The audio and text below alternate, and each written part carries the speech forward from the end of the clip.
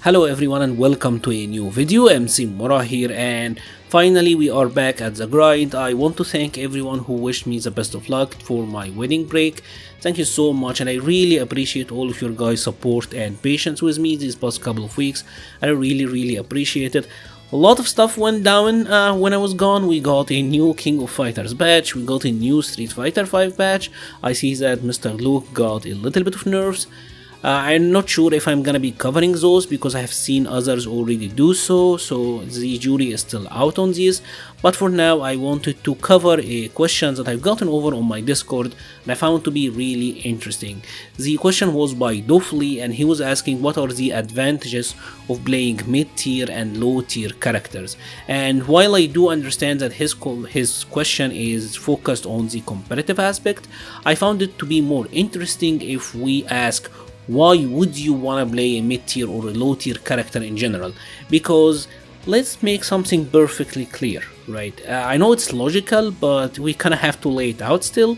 If your goal is to compete and be the absolute best, you wanna enter tournaments, you wanna win, you are very goal oriented, then you need to play the top tier characters. You want to be best equipped for the job, right? There is no reason that you wouldn't want to play the best character at the archetype that you most feel comfortable with. So if you're someone who is amazing at footsies, you want to play the best footsies character. If you're someone who's really good at rushdown, you want to play the best rushdown character in the game. If you're good at zoning, pick the best zoning character. You get the idea. I don't think you need to pick the absolute best character and that will work for everyone.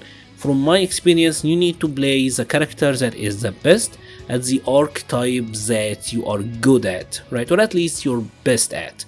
Because obviously for someone like me, for example, I can play zoners, can play rushdown, grapplers, a little bit of everything, but my favorite is probably long range control, and that's why I gravitate towards characters like Poison, Ivy, and Soul Calibur, etc. But anyways, back to the question of why would you want to play a lower tier character or a mid tier character.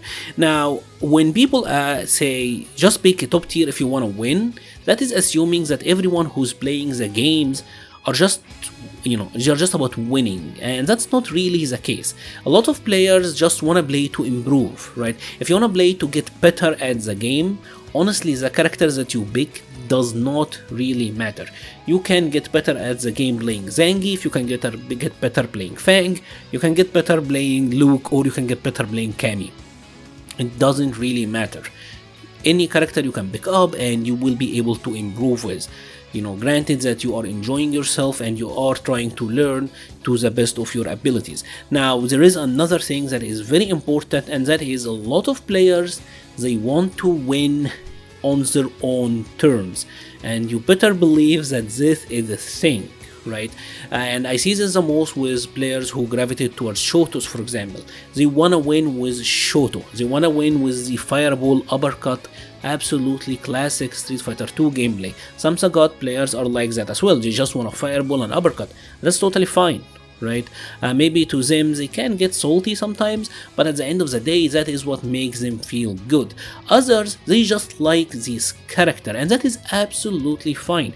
It's perfectly fine to have emotional attachment toward your own character, and obviously the attachment can be very different. Some people find characters, for example, like Ryu, like they relate to Ryu. They like the idea of striving to find the best of your abilities, training, practicing, honing your martial arts. Some people find that appealing and they want to win with Ryu because the characters speak to them, and obviously this can apply to others. Some just like others characters because they look really cool. Like for example, I've always found Cody to be a very cool character and I really like his story. Or you can play a character because you find her or him really hot or just really appealing. There is a lot of reasons as to why you may have some sort of emotional attachment to the characters that you play, and that is just the characters that you want to stick with. That is absolutely fine. It's not all about winning, and it's not all about having the best odds at winning. Sometimes winning on your own terms can be really fulfilling. Now, it can also work out for you on the competitive side of things, because if you pick a character that is, say, a mid or a low tier character, then chances are the opponents will not know the matchup, and that is actually a pretty big deal. A big reason that a character like Fang, for example, is one of the guys who's the highest win rate online. Dulcim, even though Dulcim is an absolutely cheap character, I will say Poison as well. These two characters are very strong. They are kinda cheap, but they are still underplayed. They are still some of the least played characters in this game, and despite of this, they have a very high win rate. Now, the reason that they have very high win rate, despite, say, a character like Fang not being very good, is that the opponents will not know the matchup. There are a ton of Fang players in Diamond. You will see this with other characters as well, like Blanca, like Honda, like I said, Dulcim, Poison, Rose, Oro. These characters, your opponent will not know what to expect, and you can obviously use that to your advantage. That is one of the downsides of playing a character like, say, Ryu or like Ken or Bison, characters who are very popular. You would run into a lot of mirror matches, and your opponent will most likely know the matchup, especially on the higher ranks, right? So that is a big part of the deal that you can't really ignore. And lastly, honestly, some people like to play a lower tier character, and I know this might sound funny, but it absolutely is a thing, because it kind of gives them an option select. And this this is kind of like the reverse of being a tier whore.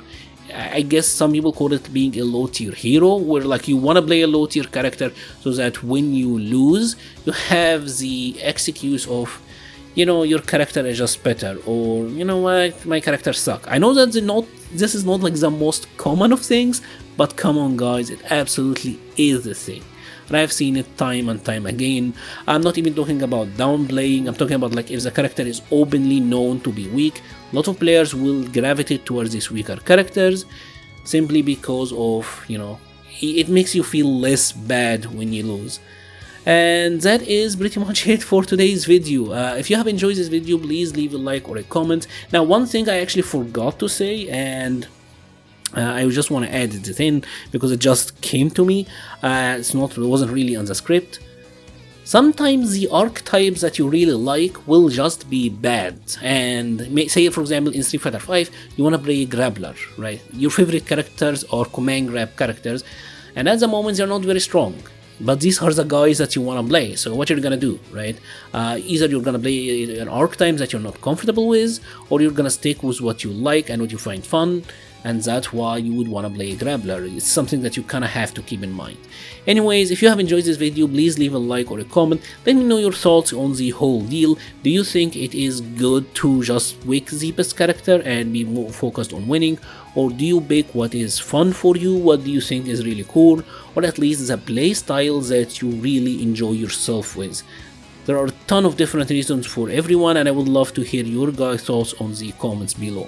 If you have enjoyed this video, please leave a like or a comment, helps the channel so much. I will be leaving a link to the Patreon, Discord, Twitter and Twitch pages in the description. Thank you very much for watching, and stay safe.